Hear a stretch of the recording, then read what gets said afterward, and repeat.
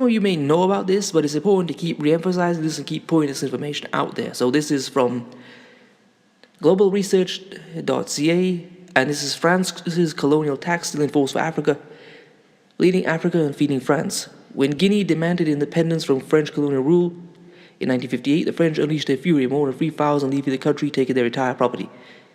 In addition, they destroyed anything that could be taken, destroying schools, nurseries, public administration buildings, cars, books, medicine, research institute instruments, tractors were crushed and sabotaged, animals killed, and food in warehouses were burned or poisoned.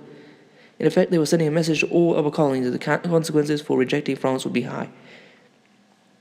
Colonialism as an enduring stain in Africa's history and economic oppression continue to exist.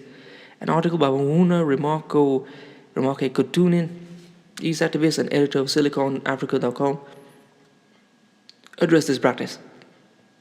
An article called attention to an ongoing practice by which former African countries are forced to pay a colonial tax to France, even today. In fact, France continues to thrive on the practice, which extracts approximately $500 billion from African countries each year.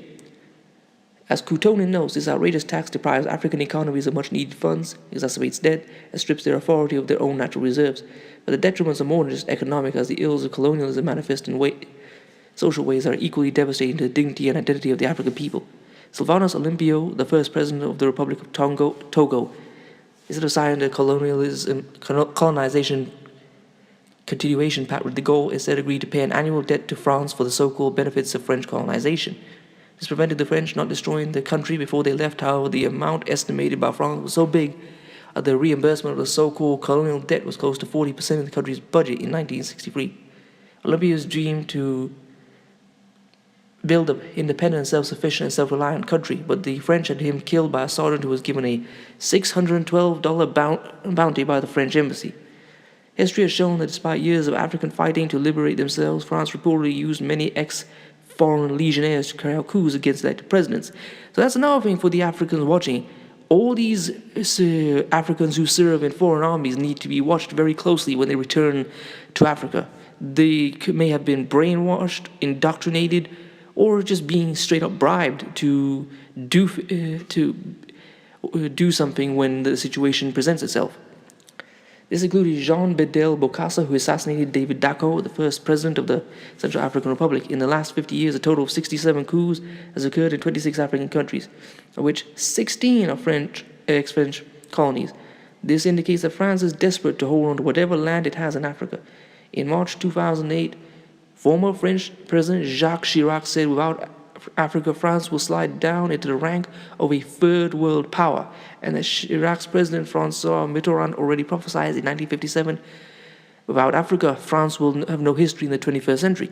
As I said in my previous video, everybody needs the Africans don't need them. Pay attention, people. Colonial tax in the billions. As of January 2014, 14 African countries are obliged by France through a colonial pact to put 85% of their foreign reserves into France's central bank and the French Minister of Finance control. They're effectively putting $500 billion every year to the French treasury. African leaders refused or are killed or are victim of a coup. Those who obey are supported and rewarded by France with a lavish lifestyle, while their people endure extreme poverty and desperation. There are a number of components in the colonization pact that has been in effect since the 1950s. The main points being that the African countries should deposit national monetary reserves in the France Central Bank. France has been holding the national reserves of 14 African countries since 1961.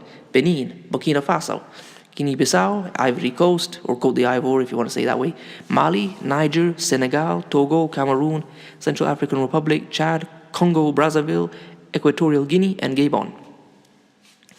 Despite the two main African banks having African names, they have no monetary policies of their own. In fact, France allows them to access only 15% of the money in any given year. If there is a need for any more, they need to borrow the extra money from their own 65%. Is that right? Or whatever. From the French treasury at commercial rates. Or the extra money from their own 50%. Maybe that's what they meant. I don't know. The pact also included that Africa had an obligation to make French the official language of the country and the language for education, and an obligation to use France's colonial money, FCFA. The Nordic countries tried unsuccessfully to get rid of this system when they discovered this. I don't know what they're talking about. Also, they were obliged to send France an annual balance and reserve report. If they refused to send it, they would not be entitled to any money. Obligation to ally with France in situations of war or global crisis. Over 1 million African soldiers fought for the defeat of Nazism and fascism during the Second World War. With their contribution ignored or minimized, the French know that Africans could be useful for fighting, which in effect shows that France is psychopathic when it comes to Africa. The only question remains unanswered, however, is when people's first reaction when they learn about the French colonial tax often question, until when? Christophe Lehmann wrote for NSNBC.me in 2012, France is indebting and enslaving Africans by means of Africans' own wealth. For example, 12.000 billion invested at 3% creates 360 billion interest, which France grants as credits to Africa at an interest rate of 5 to 6% or more. The allegory of bleeding Africa and feeding France is no exaggeration, not alarmist, and not revolutionary.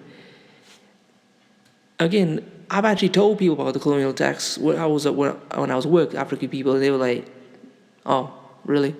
A lot of people are indifferent because they think that since they're not living in Africa, this affects every African worldwide. And now I'm going to say this, that every African should not go to France for tourism, holidays, or business. Well, maybe business if you're conducting business, and also try to boycott any French-made product possible. And not only with boycotts of France, but try buying African products and making holidays and business trips to Africa. Anyway, I hope that you've learned something and enjoyed the video. Please comment, rate, share, and subscribe. If you want to support my GoFundMe, I'll leave that in the description. I'll leave the my Instagram in there so you can find me on there. Peace, family.